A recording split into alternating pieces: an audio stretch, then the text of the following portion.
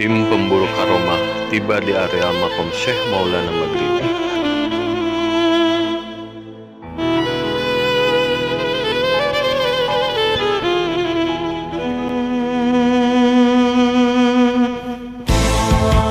Bersama Raden Arya Bandayuda mengungkap kisah keramat para wali, menelusuri jejak Syekh Maulana Maghribi yang merupakan waliullah yang menyebarkan ajaran Islam di daerah Pandeglang, Banten.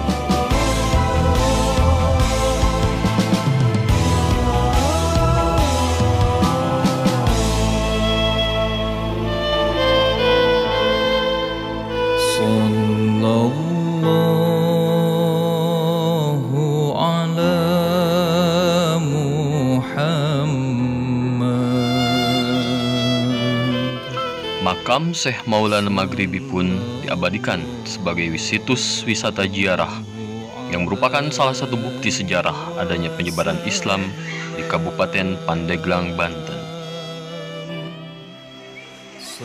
Menurut kuncen makam Ustadz Muhammad Wase, belum ada referensi yang akurat tentang Syekh Maulana Maghribi. Namun, beberapa tokoh menuturkan bahwa asal nama Syekh Maulana Maghribi adalah seorang penyebar agama Islam yang berasal dari orang Maghrib di Timur Tengah. Kita sebelum ziarah kita makan dulu biar khusyuk ziarahnya. Ini tuh halamannya luas, jadi konon ceritanya dibangun oleh salah seorang dermawan lah, Pak Haji siapa lupa.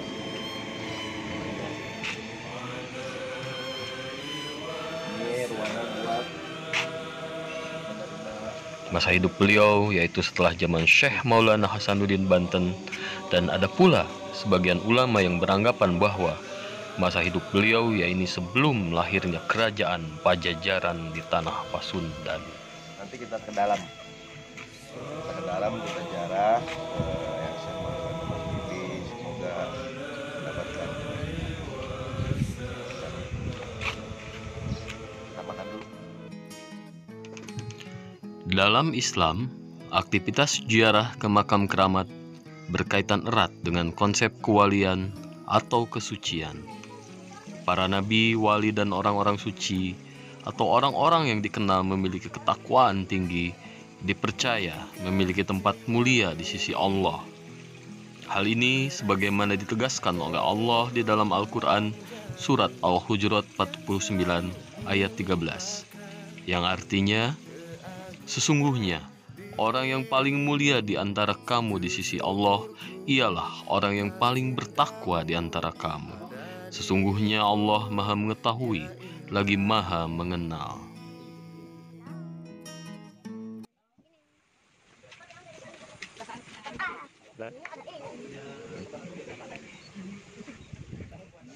Sambil menunggu waktu maghrib, kami pun memutuskan untuk bersantai sejenak di sebuah warung di tengah sawah dengan pemandangan yang sangat indah sambil minum kopi. Ustadz Wase itu salah satu orang yang dermawan lah, yang membangun situs atau yang membangun makam ziarah ini gitu kan. Syekh Maulana Maghribi menurut tokoh Pandeglang atau tokoh Banten itu hidup di era setelah Maulana Hasanuddin Banten menurut versi Kiai di sini. Tapi menurut versi lain, beliau hidup sebelum masa kerajaan atau Pajajaran. Gitu. Makamnya ada di mana-mana, ada tersebar di Nusantara. Tapi banyak ulama-ulama yang berziarah ke sini dari luar Banten, bahkan dari Nusantara. Di sini makamnya, nanti kita review makamnya ke sana. Gitu. Menurut versi Gus, versi Jawa bagaimana? Makam Syekh Maulana Maghribi. Saya kurang tahu sejarah, Ya, sekilas saja. Yang saya tahu dari beberapa kiai saya, jadi ada ipar Sunan Kalijaga namanya Maulana Maghribi ya. Karena beliau itu suka berkelana, otomatis adiknya Sunan Kalijaga pun akhirnya ditinggalkan. Tapi dari beliau sudah mempunyai seorang putra dan setelah itu menurunkan raja-raja Jawa. Versinya begitu ya. Jadi sampai ke Pati, ke Semarang, Ngerang, kemudian di sebelahnya Selo, ada namanya Joko Taro, dan sebagainya. Ya, rata-rata masih ada keturunan. Turunan. Itu Jakarta apa anaknya apa masih? Apanya itu juga? Anak-anak berarti ya. Ya di situ aja. Itu mana ya? Ya masih turunan lah. Ya. Kalau nggak salah malah anaknya. Di sana makam Joko Taro itu anaknya. anaknya. Iya. Kalau di sana di mana? Di makam di Pati. Yang saya tahu di Parangtritis itu. Parangtritis. Iya. Oh yang dulu katanya kononnya ada riwayat sejarah mengadu ilmu dengan saya Belablu. Yang itu ya. Iya. Yang apa namanya berangkat duluan ke tanah suci ya. Tapi dalam hal beliau yang saya pahami itu tentang perjalanannya. Jadi keluarga itu nomor 2. Oh nomor 2 ya. Lebih mengutamakan Siarnya berarti ya. tugas ya. Siar Islam. Walaupun dia terpaksa ditinggalkan keluarganya, tapi tetap berjuang. Alhamdulillah juga keturunannya yang menyebarkan Agama Islam. iya bahkan kerajaan Kerajaan sana Jawa. juga. Jawa Begitu ya. Luar biasa. Memang istimewanya Syekh Maulana Maghribi ini asal kata dari berasal dari Maghrib atau Timur Tengah gitu. Yang diyakini masyarakat di sini dulu namanya Hibuyut Maghrib Maghribi. Dulu ini hutan di sini, dulu sawahan hutan. Mungkin ada kisah yang memang harus ditemukanlah makam Syekh Maulana Maghribi ini. Di luar dugaan, saat kami asik mengobrol, ternyata di samping kami ada seorang musafir yang sedang mendengarkan Itu pembicaraan dari kami. mana Pak? Dari Cirebon ya Pak ya? Dari mana Pak? Cirebon. Berapa hari Pak di sini Pak? Baru datang cuma pindah-pindah. Sendiri? Menurut cerita masyarakat di sini atau Kuncen itu Kiai Haji Waseh bahwa dulu di sini itu hutan belantara dan di sekitaran hutan di sini itu hanya ada satu tempat atau wilayah yang memang tidak ditumbuhi atau ditumbuhi pepohonan, rumput baik apapun. Jadi masyarakat di sini sering mengalami atau kedatangan seorang sosok yang berjubah putih. Wujudnya memang seperti lama dan seperti memberi petunjuk lah.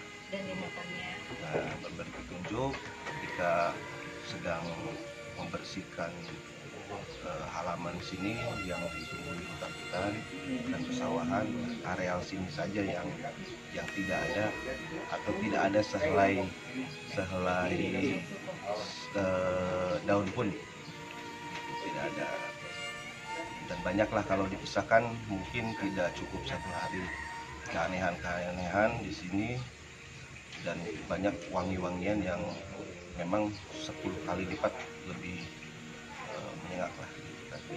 Jadi sosok beliau itu sering dijumpai oleh masyarakat di sini. Beliau insya Allah wali Allah yang salah satu wali Allah yang memang hadir untuk menyebarkan agama Islam di Provinsi Banten atau khususnya di Kabupaten Pandeglang ini. Nanti kita ke makamnya, kita ziarah, mudah-mudahan semoga dan keberkahan. Ya, oke. Ini saudara kita Pak Surya yang dari Cirebon, katanya sedang berkelana ya Pak ya? Iya. berburu karomah ya. Kalau karomah itu gimana Pak datangnya Pak? Ya karomah itu kan derajat kemuliaan Ya. yang diberikan Allah kepada para hamba-hambanya yang dipilih gitu. Iya. Tapi kalau kita datang ke tempat karomah, nanti karomah itu datangnya setelah kita pulang gitu kan. Dan terasanya itu sesuai dengan bidang kita. Umpama seakan guru silat, nanti berkembangnya guru silat akan berkembang. Umpama pengusaha, maka karomah itu akan membuat usaha itu berkembang. Intinya mendatangkan kebaikan lah ya. Kebaikan gitu. Sesuai iya. dengan keinginan gitu. Walaupun syariatnya syariatnya Allah ya. Iya, Allah tetap yang akan memberikan izin itu Allah. Jadi artinya karomah itu derajat kemuliaan sebenarnya. Kalau karomah kita dengan karomah wali jelas beda. beda lah kita kalau ulama mungkin maunah ya. Maunah, tingkat-tingkat ulama maunah. Kalau karomah. Kira-kira Bapak berapa hari di sini udah? Ya baru datang saya kan. Baru datang ya. Mm-mm. Tapi setengah apa mendengar-dengar apa ada petunjuk datang ke Syekh Maulana Maghribi? Dari dulu saya udah dengar, cuman sebelum di sini kan juga banyak ya di Iya. Parangtritis, Parangtritis, Parangkusumo, Udah pernah ke sana Pak? sering. Sering ya.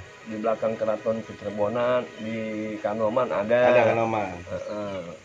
Di Magelang, di mana-mana ada, sampai di Gunung Kidul juga ada dekat Gunung Merapi. Iya. Yang Maulana Maghribi. Jadi di mana dia duduk, intinya dia ingin menyelamatkan masyarakat di situ. Intinya penyebaran penyebaran Islam Ya, ya. penyebaran Islam dan juga dia Memperbaiki akhlak ya. sebagai tameng. Kayak di Parangkusumo dia menjaga jangan sampai laut itu naik ke atas ya kan. Jadi karomah. Pakunya Nusantara lah ya. Terus kalau di Cirebon semua di pernah Bapak semua di makam?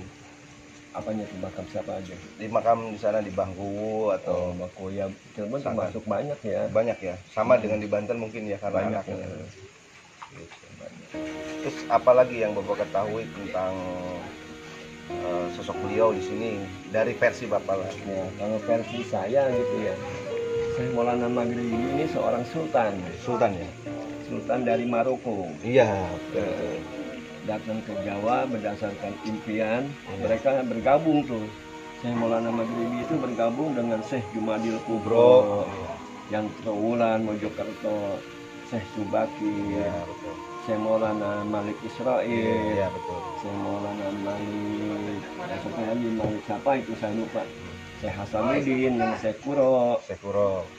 Syekh Nurjati, Cirebon. Berarti kalau diambil dari kisah Sekuro dan wali-wali yang tadi Bapak ceritakan, berarti itu zamannya sebelum Pajajaran Pak? Udah masuk Pak. Udah masuk Pajajaran? Udah masuk. Jadi Syekh Maulana Maghribi itu datang ke Jawa ini sekitar abad 12. Abad 12 kan Pajajaran abad 14 ya? Abad 13. Pajajaran sebelum abad 700 juga udah ada. Sudah ada Pajajaran. Karena pada saat itu kan rajanya Ciungwanara. Iya, Ciungwanara yang di Ciamis. Kesini. Iya. Dan lahirnya itu kan Prabu Surawisesa. Iya betul. Tapi di Banten sendiri ada makam Pajajaran namanya Sangyang Prabu Giling Wesi Ada ya. yang abad 700. Oh, ada rekan kita juga dikasih nama sama guru kita namanya Prabu Giling Wesi. Katanya beliau sering sering menyembuhkan orang-orang yang gila ya. Insya Allah. Kehebatannya ya. Kesaksiannya gitu Iya. ya. Itu termasuk Raja Pajajaran yang abad 700-an. Abad 700. Jadi saya punya silsilah Pajajaran, cuma nggak dibawa gitu ya.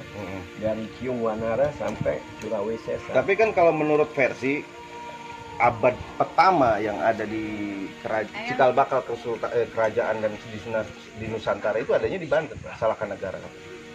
Ya, Salaka Negara itu negara kecil ya. Ya, melahirkanlah Tarumanegara. Jadi di zaman Sunda di Banten itu disebutnya Ujung Kulon, Ujung Kidul. Kerajaan Ujung Kulon, Ujung Kidul. Kalau Pucuk itu kerajaannya namanya Kerajaan Anjar gitu ya. Betul. Tapi dia tetap masih ada saudara dengan Prabu Siliwangi. Iya, karena kan kalau dilihat dari nasabnya, kalau tidak salah ya Pak ya, Prabu Pucuk itu anaknya dari Nyai Kentring Manik. Kalau melahirkan tah keprabuan. Kalau dari santrinya Syekh Kuro Nyai Subang Larang melahirkanlah kewalian ya. Itu ada Rara Santang, Kian Santang, malah Sungsang. Sampailah terus anaknya di situ. Jadi semua dikasih wilayah ya Pak. Iya. Cuman kalau menurut Bapak selama berkelana, apa yang didapat Pak sekarang? Ya intinya saya belajar sabar aja ya. Sabar ya. Ada tujuan lain gitu atau Iya pasti. ada tujuannya? Pasti ada tujuan. Cuman sifatnya kan nggak ke dunia gitu Ya, ya. betul. Bukannya saya nggak butuh dunia. Butuh kenyamanan ya, ketenangan. Untuk kali ini ditahan dulu dunianya gitu. Ya intinya saya juga melakukan ini mengikuti gaya-gaya mereka gitu. Jalan mereka juga dulu sama kan kayak saya Maulana Mansur ya. Lelakon ya. Dan lakon juga walaupun dia jadi ulama tetap dia berkelana di mana makam-makam leluhurnya. Betul. Makanya saya Maulana Mansur Cikadun banyak di Majalengka juga ada, Yes, Indramayu juga ada, Gunung Cermai juga ada. Jadi kenapa kami di sini selalu ingin menggali sejarah atau leluhur Pak ya. Terutama perguruan kami kan Jalak Banten, yang artinya Jalak itu Jamiatul Akhlak, jalankan amanah lalakon aturan leluhur. Leluhur itu jadi setiap kami berpergian atau apapun ingin sedikit banyak mengangkat marwahnya gitu. Leluhur kita yang memang masyarakat sekarang kan sudah mulai terkikis ya Pak ya, dengan perkembangan zaman gitu. Jadi alhamdulillah semoga Bapak diberikan kesehatan, panjang umur, hasil maksud dengan tujuannya. Dari siapa? Dari Cirebon nih Pak? Iya. Gimana Cirebon nih Pak? Rusmi saya. Di dia Rusmi Peleret. Peleret. Ini tahu muridnya. Siapa? Jadi saya Maulana Maghribi ini punya murid 3, Juga. 4 malah ya. Yang Sekarang Gunung Karang. Iya Sekarang, saya Bela Belu, Saya Balabelu, saya Jogja. Damai Ating, Iya. dan lahir Sunan Kalijaga. Oh, Sunan Kalijaga. Ini itu kebetulan itu dari Patih Jawa Timur itu. Tapi saya Jangkung, Mbak Sarudin. Iya, apa? Saya Jangkung itu putranya Sunan Muria. Sunan Mulia Pak ya. Jadi alhamdulillah Pak, tolong kupas tentang sejarah Sekuro. Sepuro. Saya Pura, saya Hasanuddin. Iya. Bisa Sekuro sedikit. yang di mana tuh? Karawang. Kerawang.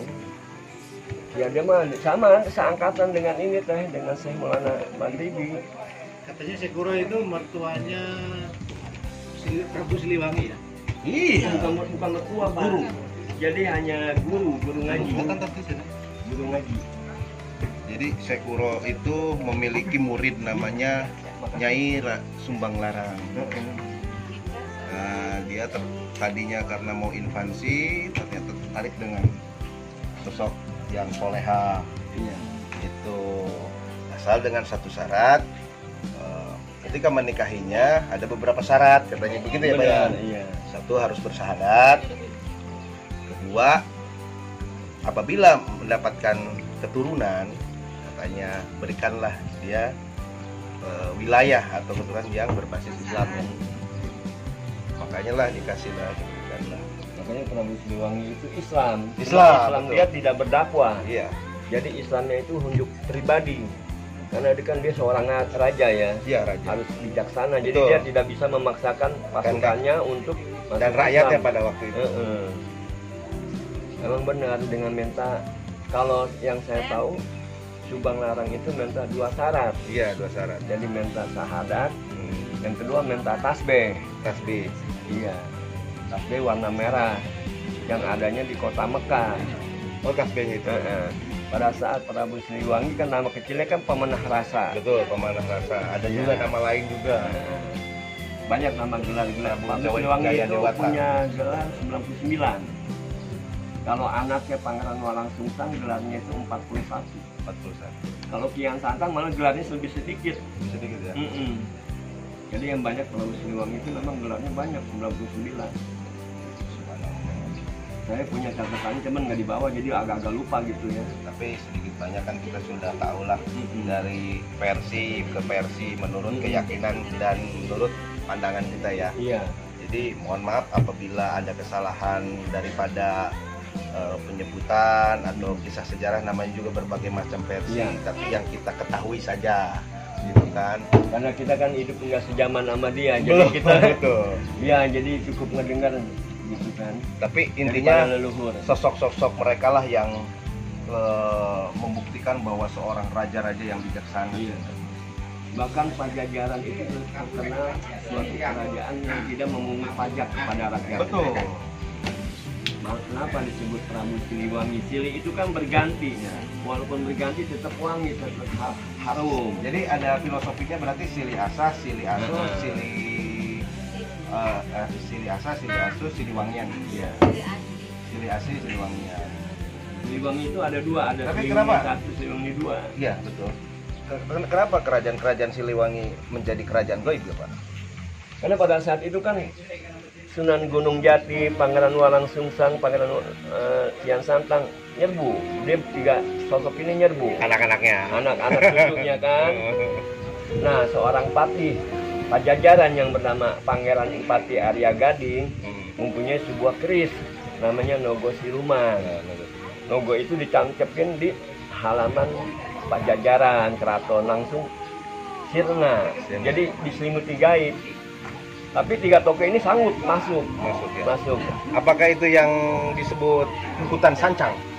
Hutan Sancang itu tempat larinya Prabu Siliwangi. Oh, Itu kejadiannya pas muksanya di Sancang 4. berarti baru moksa ya. Muksa. Pada saat muksa beliau berkata, sampai kapanpun saya akan tetap orang Islam. Tidak pantas seorang bapak bertarung dengan anaknya dan seorang anak bertarung dengan bapaknya. Saya sedang menempuh hakikat. Gitu. Karena orang yang menempuh perjalanan hakikat dan marifat, Iya. itu syariatnya kagak akan nampak. Gitu. Dia ditampakin. Gitu. Karena dia sedang masuk ke alam panah. Alam panah. Dia masuk ke alam ibaratnya mabuk dengan Gusti Allah. Gitu. Berarti wali-wali Allah atau itu tidak ada yang mati ya, Pak ya? Ada hidup di zaman di beda tempat. Kalau meninggal tetap meninggalkan ya. Gitu. Karena tidak ada manusia yang abadi kecuali Nabi Hadir. Nah, tapi Nabi Hadir itu tetap meninggal nantinya. Memang ada sebagian wali-wali Allah yang dikasih umur panjang kan. Gitu. Ya, ya.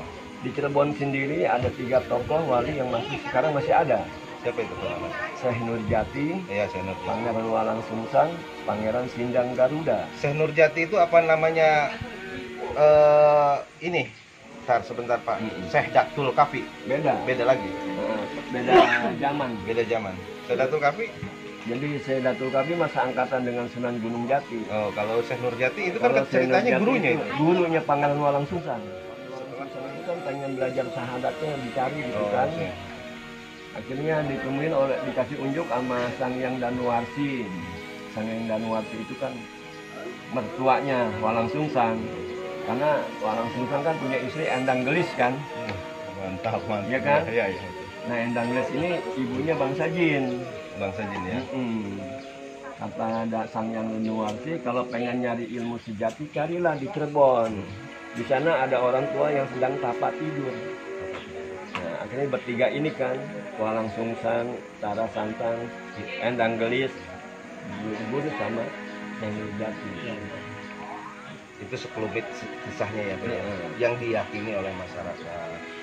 Bahkan sekarang aja Syekh Nurjati tidak ada yang tahu asal muasalnya dari mana kan. Bapak setelah perjalanan ke sini mau kemana? Belum tahu saya, belum dapat sirinya mau kemana gitu kan. Oh, belum dapat ini. Tapi yang pasti mau keliling Banten ya. Keliling Banten. Udah ke Pangeran Arya Dila udah, Pak? Oh, sering. Sering. Nah, gimana tahu nggak sosok beliau? Sosok sejarah apa sosok bentuk tubuhnya? Sosok sejarahnya. Ya mungkin kalau sejarah saya Katanya beliau itu anak dari pernikahan dengan Jin. itu versi orang Banten. Heeh. Kalau versi saya, Pangeran Arya Dila itu orang Aceh. Orang Aceh. Datang ke Banten berdakwah, menyebarin agama dengan membawa syarikat Sataria. Sataria. Jadi tidak ada hubungan darah dengan Sultan Hasanuddin. Iya. Makanya di dalam silsilah Pangeran Arya dilihat tidak ditulis Arya Banten tapi namanya. gitu. Kalau di sini Hasanuddin Banten. Karena kan Sultan Hasanuddin yang saya tahu Sunya Laras, Pajajaran Wado, Iya. Sabrang Lor, Sabrang Wetan. Mantap Pak, benar. Iya kan? Tahu. Terus perempuannya Nyi Ratu Kemban. Iya, Nyi Ratu Kemban kuning. Iya, Nyi Ratu Ayu Pembayun. Nah, Nyi Ratu Kemban itu kenapa makamnya identik kuning, Pak? Ya mungkin karena dia senang dengan cahaya ketuhanan ya. Oh, kuning ya. Karena lambang Gusti Allah itu cahayanya kekuning-kuningan. Iya, karena saya emas itu. pernah jarah ke situ Nyi Ratu Kemban dan juga pernah didatangi lah, intinya didatangi lah waktu itu ada pokoknya sosok Nyai Ratu lah gitu. Nah, ternyata makamnya itu kuning semua gitu sama. Di tengah-tengah itu yang nggak ada ininya. Iya, nggak ada atapnya, Nggak cuma ada kan atapnya. di pinggir kali, Pak. Ya kan? Iya. Kalau soalnya saya Kobul, soalnya saya Tunapil. Paham sejarah dan memang kita berbicara dengan orang yang tepat juga. Bapak siapa namanya tadi Pak? Lupa Pak. Surya. Surya, Bapak Surya. Ini saudara kita dari Cirebon, Bapak Surya namanya. Alhamdulillah, semoga Bapak diberikan kesehatan ya Pak ya. Ya sama-sama, biar nambah rezekinya siapa Amin, ya. amin ya Rabbal Biar alamin. naik derajat segalanya. Amin ya Rabbal Semuanya. alamin. Terima kasih Pak ya. Ya sama-sama. Gitu. Main-mainlah ke sana ke Pandeglang Pak. Jadi ketua Padepokan. Enggak lah tuh itu bosnya tuh. Oh. Nih. Hidup aja mana? Di terus nih Pleret.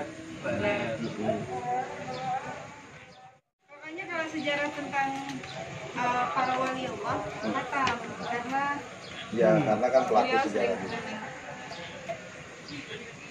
Nih, ya. Dari kecil seneng sayang. Dari Menggali kecil ya? udah seneng ngelana kayak begitu tuh udah seneng ikut. seneng ngelana, jadi kayak ada yang ngebawa gitu, hatinya tuh pengen kesini gitu. Ya nanti kita lanjut ke makam. Udah sholat maghrib.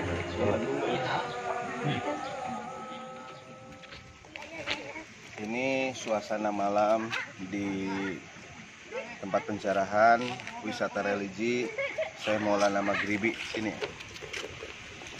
Nanti kita ziarah kepada beliau.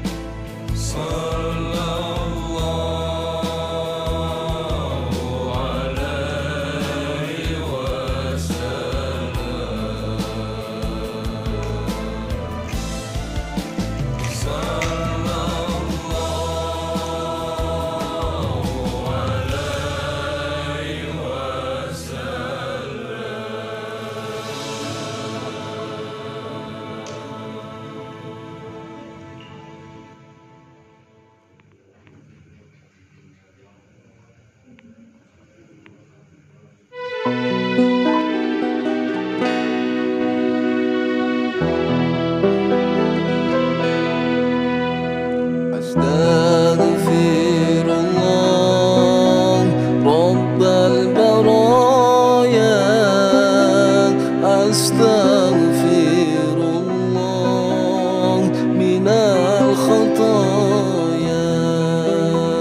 ربي زدني علما نافعا ووافقني عملا صالحا الله ربي الله حسبي hatiku ini penuh dengan dengki hamba bertingkah dan berlaku sombong iman hamba semakin kosong berbicaranya selalu berbohong Astaghfirullah Rabbal baraya Astaghfirullah minal khataya Rabbi zidni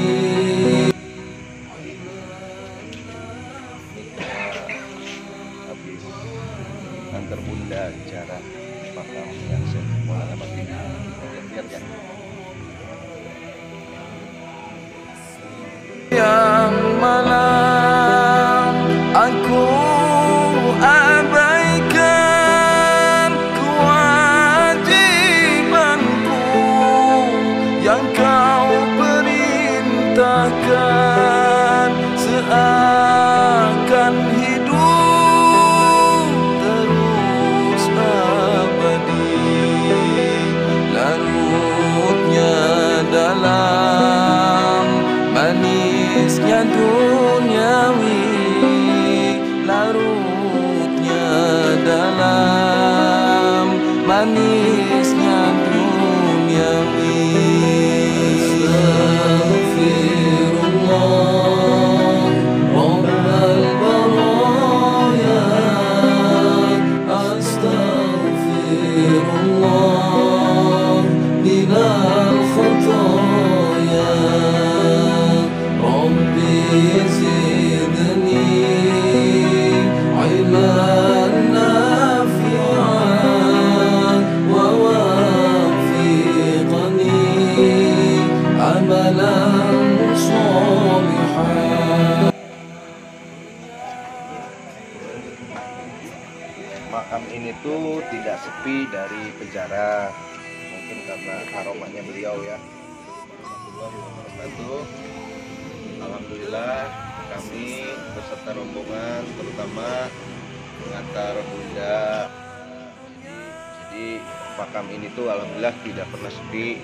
Ini terletak di desa Kumalirang ya, di Pandeglang, makam Syekh Maulana Maghribi, asalnya mungkin dari Maroko, dan menjadi wisata religi yang bisa siapa saja mengunjungi. Ini masjidnya, lihat suasananya enak. Masjidnya suasananya enak. Karena dari mana-mana, tadi ada dari Cirebon, terus dari Jawa, terus pokoknya dari luar kepulauan, semua ada di sini. Bunda enggak bicara wisata religi ke sini? Alhamdulillah, selain tempatnya indah, luar biasa. Tempatnya indah, sejuk, damai, nyaman, tentram, sesuai dengan apa yang diceritakan kita. Bersih ya tempatnya ya. Alhamdulillah. Dan di sini alhamdulillah tidak terhambat oleh pungutan-pungutan liar lah, seikhlasnya di sini. Seikhlasnya juga Bersih, terawat. bersih, terawat, indah, pemandangannya benar-benar asri sekali. Jadi kalau yang kesini tuh bukan hanya wisata religi, tapi emang wisata beneran gitu. Luar biasa, sejuk. Yang belum berkunjung ke sini, saya rekomen buat datang ke sini, berkunjung. Selain kita wisata religi, kita dapetin penyegaran lahir batin insya Allah. rohani ya. Rohani. Jadi selain melihat pemandangan yang indah, wisata religi, apa yang didapatkan oleh Bunda itu? Ketenangan ya. Yang penting pokoknya para pengunjung, yang penting semua pada penjara nyaman ya. Nyaman insya Allah. Insya Allah. Sekian, terima kasih. Nanti kita lanjut lagi ke tempat-tempat para keramat wali Allah yang ada di Banten. Terima kasih untuk sahabat PJBN Official YouTube channel.